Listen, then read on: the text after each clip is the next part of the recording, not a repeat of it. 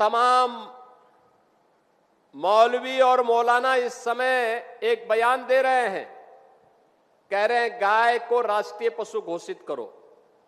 अबे हमने कहा कि गौ हमारी माता है, जन्म जन्मांतर का नाता है।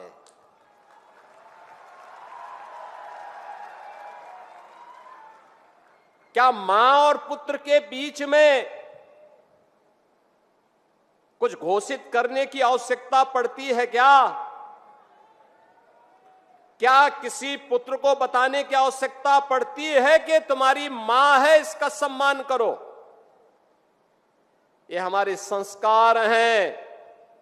हमने अपनी मां के बारे में जो सम्मान का भाव रखते हैं वह भी, और हमने गाय को माता माना है, तो गाय तो हमारे लिए माता है, वो पशु नहीं। पशु तुम्हारी बुद्धि है जो तुम हमारी गौ माता को पशु बोलते हो। मानों ने इस बीच में कहा था कि आप गाय को राष्ट्रीय पशु घोषित करिए, हमें कोई आपत्ति नहीं है, हम गाय हत्या नहीं करेंगे और गाय का मांस नहीं खाएंगे।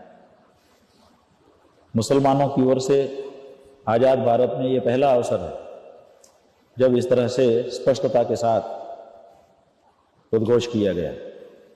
छिटपुट बातें पहले हुई थी, लेकिन इस तरह से एक वाक्यता के साथ पहली बार भारत का मुसलमान गाय के पक्ष में खड़ा हुआ। यहां तक कि उन्होंने बकरीद के मौके पर सार्वजनिक उद्घोषणा की कि हम इस बकरीद गाय नहीं काटेंगे और ना काटने के लिए गाय खरीदेंगे।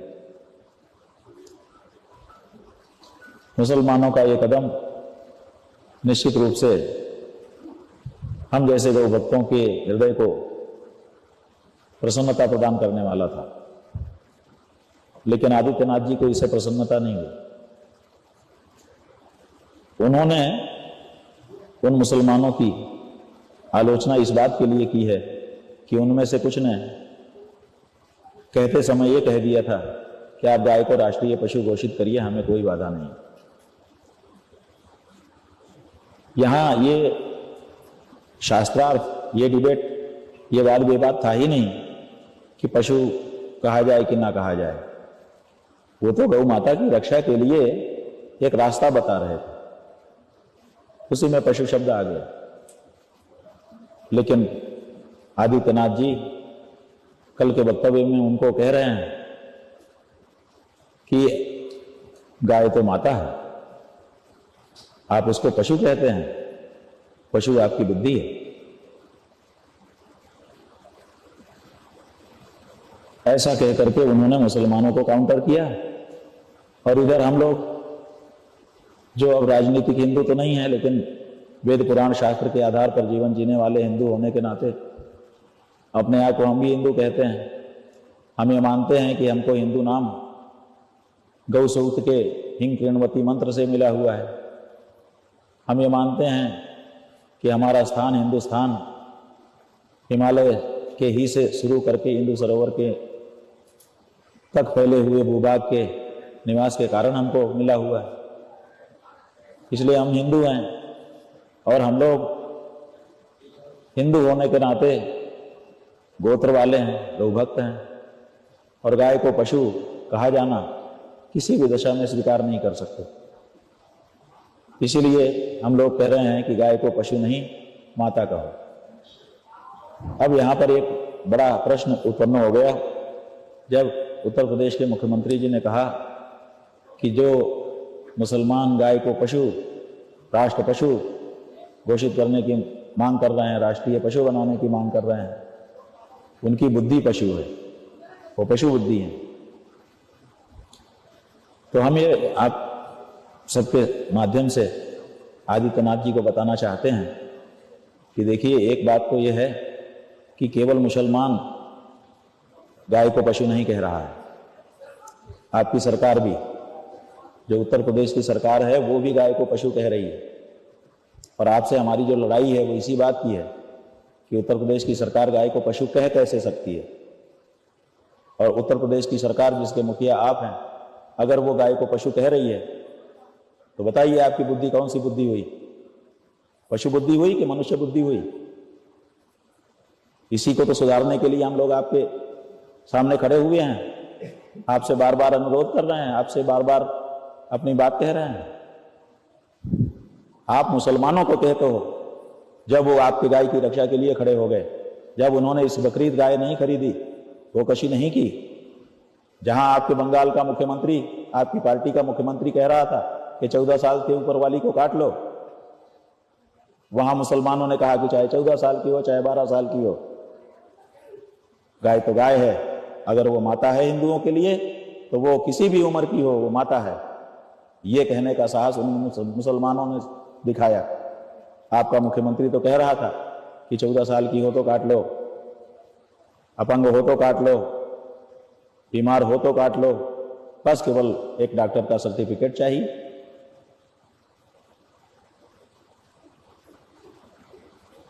पशु बुद्धि किसकी है? आप मुसलमानों को कह रहे हैं कि पशु कह रहे हो, तुम्हारी बुद्धि पशु है, गाय तो माता है, और आपकी सरकार खुद गाय को पशु कह रही है। हम लोग कह रहे हैं पशु सूची से हटा करके उसको माता के रूप में दर्ज करो, वो तो आप कर नहीं पा रहे हो। ये काम आदित्यनाथ जी ने किया।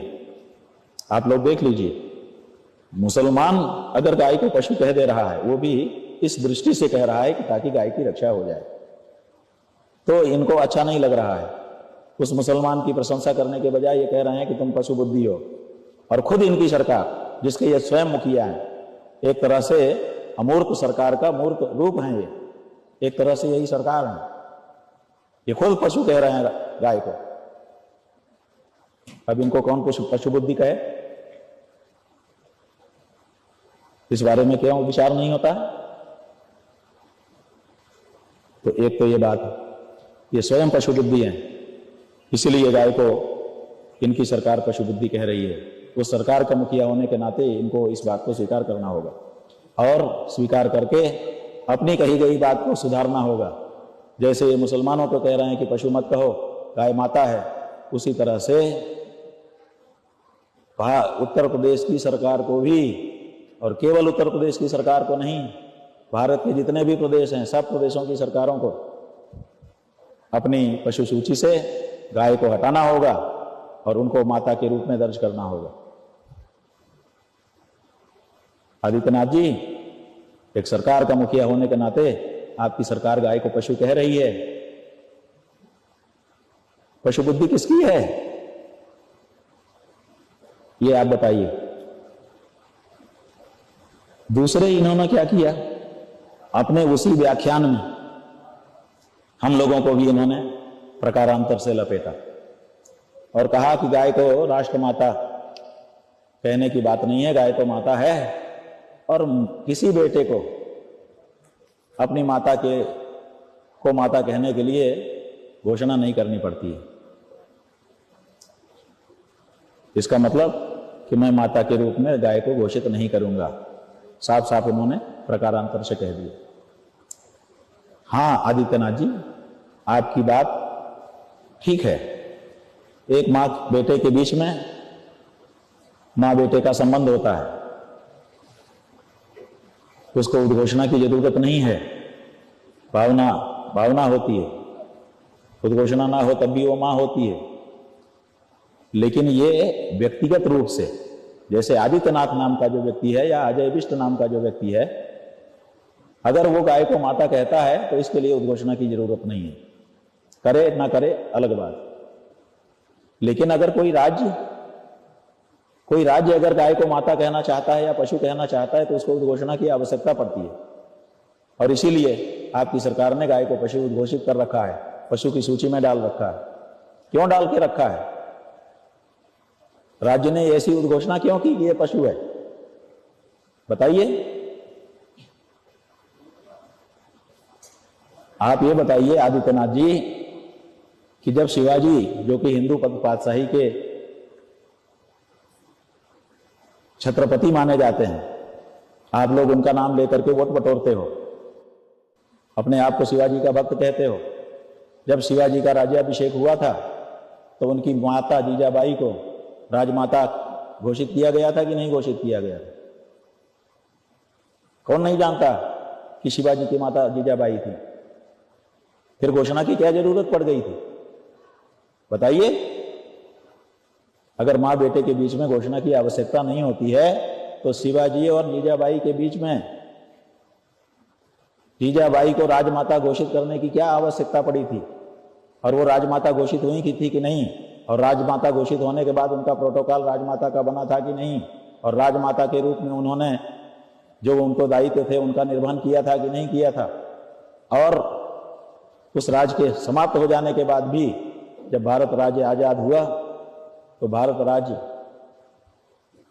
आजाद होकर के काम करने लगा, तब भी जीजाबाई को राजमाता माना गया कि नहीं माना गया?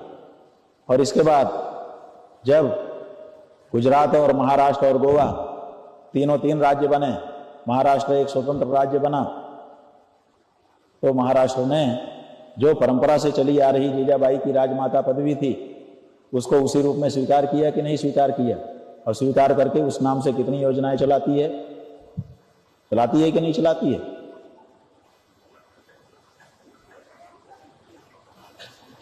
शिवाजी आपसे कम बुद्धि वाले थे? शिवाजी के मंत्री आपसे कम बुद्धि वाले थे? उस समय की जो जनता थी वो आपसे कम बुद्धि वाली थी कि उनको राजमाता घोषित करना पड़ा जीजाबाई को?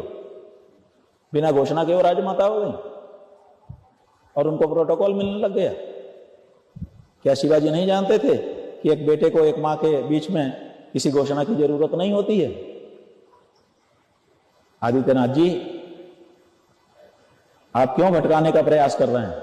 आप स्वीकार करिए जनता के सामने कि आप गाय को माता कह करके संवैधानिक रूप से पुकारने के पक्षधर नहीं हैं। ये आपसे नहीं हो सकेगा।